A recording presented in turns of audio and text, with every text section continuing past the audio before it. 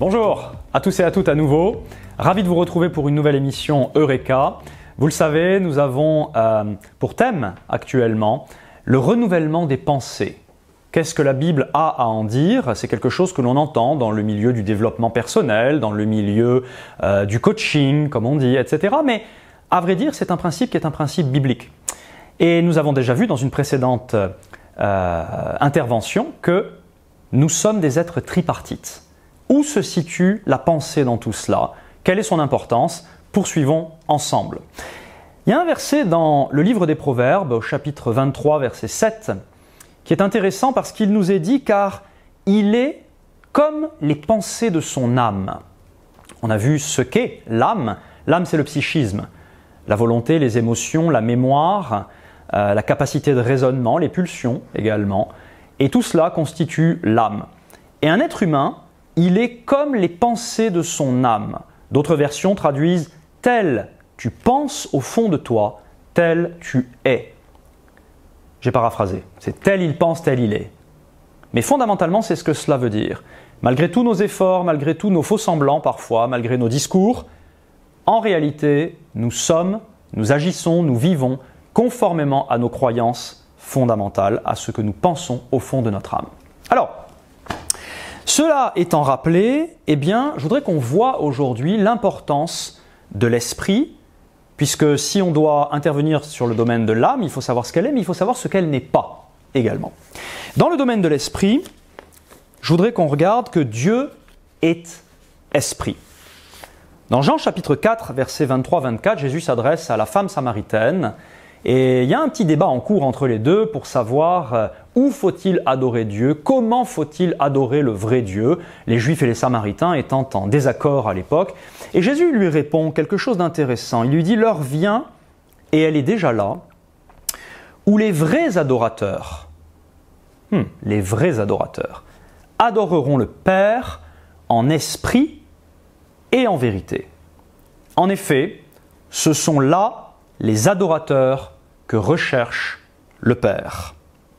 Dieu est esprit, et ceux qui l'adorent, l'adorent en esprit et en vérité.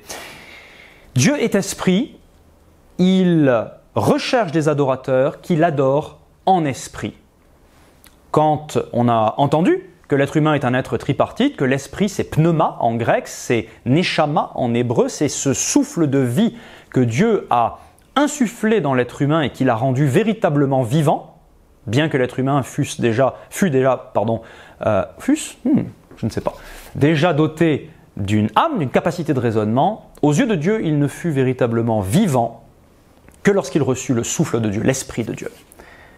Le même esprit que Dieu est, il est esprit.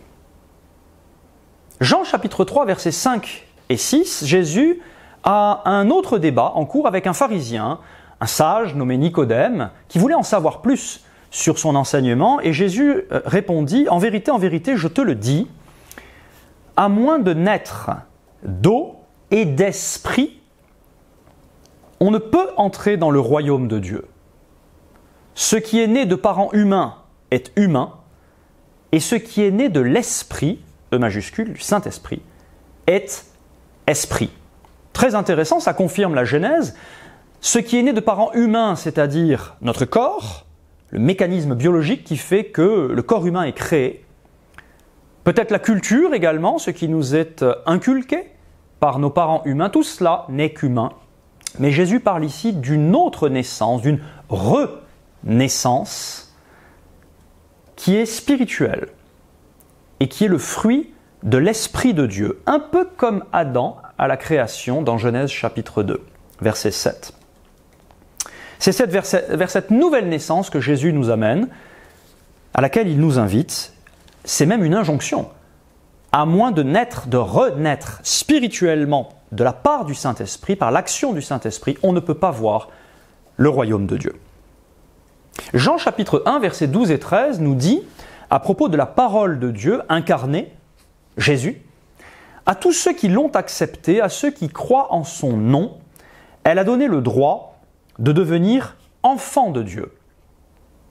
Puisqu'ils sont nés non du fait de la nature, ni par une volonté humaine, ni par la volonté d'un mari, mais qu'ils sont nés de Dieu. Le fait de croire dans le nom de la parole incarnée, c'est-à-dire Jésus, d'après ce même chapitre, non seulement nous donne le droit de devenir enfants de Dieu, mais il y a quelque chose qui se passe à l'intérieur de nous qui fait que nous sommes alors nés de Dieu. C'est une renaissance provoquée par le Saint-Esprit de Dieu. La Bible parle ailleurs de régénération. Régénération, générer, engendrer, créer, c'est la même chose, naître. Tout cela, ça parle de la nouvelle naissance, qui n'est donc pas un terme américain, mais qui est un terme biblique. 1 Pierre chapitre 1, versets 23-25. En effet, vous êtes nés de nouveau, non pas d'une semence corruptible, mais d'une semence incorruptible. En grec, c'est très clair. Semence, c'est le mot sperma.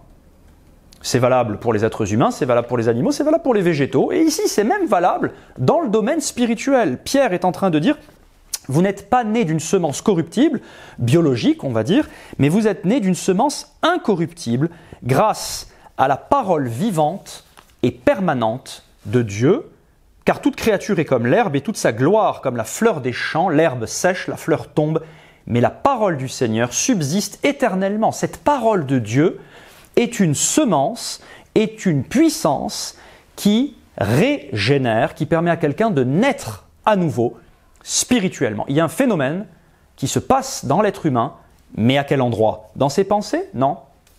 Même si les pensées vont être affectées. Dans son corps? Non. Comme le dit Andrew Wommack, si vous étiez chauve avant la nouvelle naissance, vous restez chauve après la nouvelle naissance. Si vous étiez gros ou maigre, ou noir ou blanc, ou avec un grain de beauté avant la nouvelle naissance, vous serez exactement, physiquement, la même personne après la nouvelle naissance. Où donc se passe cette transformation? Dans l'esprit. Cette parole, finit par dire Pierre, est justement celle qui vous a été annoncée par l'Évangile. Éphésiens chapitre 2, versets 1 à 10. Quant à vous, vous étiez morts à cause de vos fautes et de vos péchés. C'est curieux, il s'adresse à des gens qui sont biologiquement vivants, capables de réfléchir, et pourtant Paul leur dit, vous étiez morts. Je vous renvoie à ce qu'on a dit sur le fait d'être vivant dans Genèse chapitre 2, verset 7. Ce n'est qu'avec le souffle de Dieu, l'Esprit de Dieu, qui régénère quelqu'un, que véritablement on accède à la vie. Vos péchés que vous pratiquiez autrefois, conformément à la façon de vivre de ce monde, conformément au prince de la puissance de l'air, de l'esprit qui est actuellement à l'œuvre parmi les hommes rebelles, l'esprit. Donc le diable lui-même est appelé esprit. Nous tous aussi, nous étions de leur nombre, notre conduite était dictée par les désirs de notre chair. La chair ici étant non pas soma mais sarx, et c'est la combinaison, je dirais, de notre corps et de nos pensées non régénérées. Là où Dieu n'est pas, l'être humain sans Dieu, eh bien ici, il est rebelle, il est destiné à la perdition, sa conduite n'est dictée que par cette chair, puisque nous accomplissions les volontés de la chair et de nos pensées, et par notre condition, nous étions même destinés à la colère comme tous les autres. Mais Dieu est riche en compassion. À cause du grand amour dont il nous a aimés, nous qui étions morts en raison de nos fautes, il nous a rendus à la vie avec Christ. Comment? Par le Saint-Esprit. C'est spirituel. C'est avant tout spirituel. Mais ça doit ensuite se manifester dans nos pensées. Et pour cela, nos pensées doivent être renouvelées, on va le voir ensemble, dans les prochains épisodes. C'est par la grâce que vous êtes sauvés, il nous a ressuscités et fait asseoir avec lui dans les lieux célestes en Jésus-Christ. Waouh! Il a fait ça afin de montrer dans les temps à venir l'infinie richesse de sa grâce par la bonté qu'il a manifestée envers nous en Jésus-Christ. Donc ce processus est un processus bienveillant. En effet, c'est par la grâce que vous êtes sauvés par le moyen de la foi. Il nous faut croire dans ces choses pour pouvoir nous y connecter. Elles existent, mais dans une dimension qui n'est accessible que par la foi. Et ça ne vient pas de vous, c'est le don de Dieu. Ce n'est pas par les œuvres. On ne peut rien faire pour mériter cela ou pour provoquer cela. Il nous faut croire dans ce qui nous est proposé. Afin que personne ne puisse se vanter, en réalité, c'est lui qui nous a fait. Nous avons été créés en Jésus-Christ. C'est donc une recréation.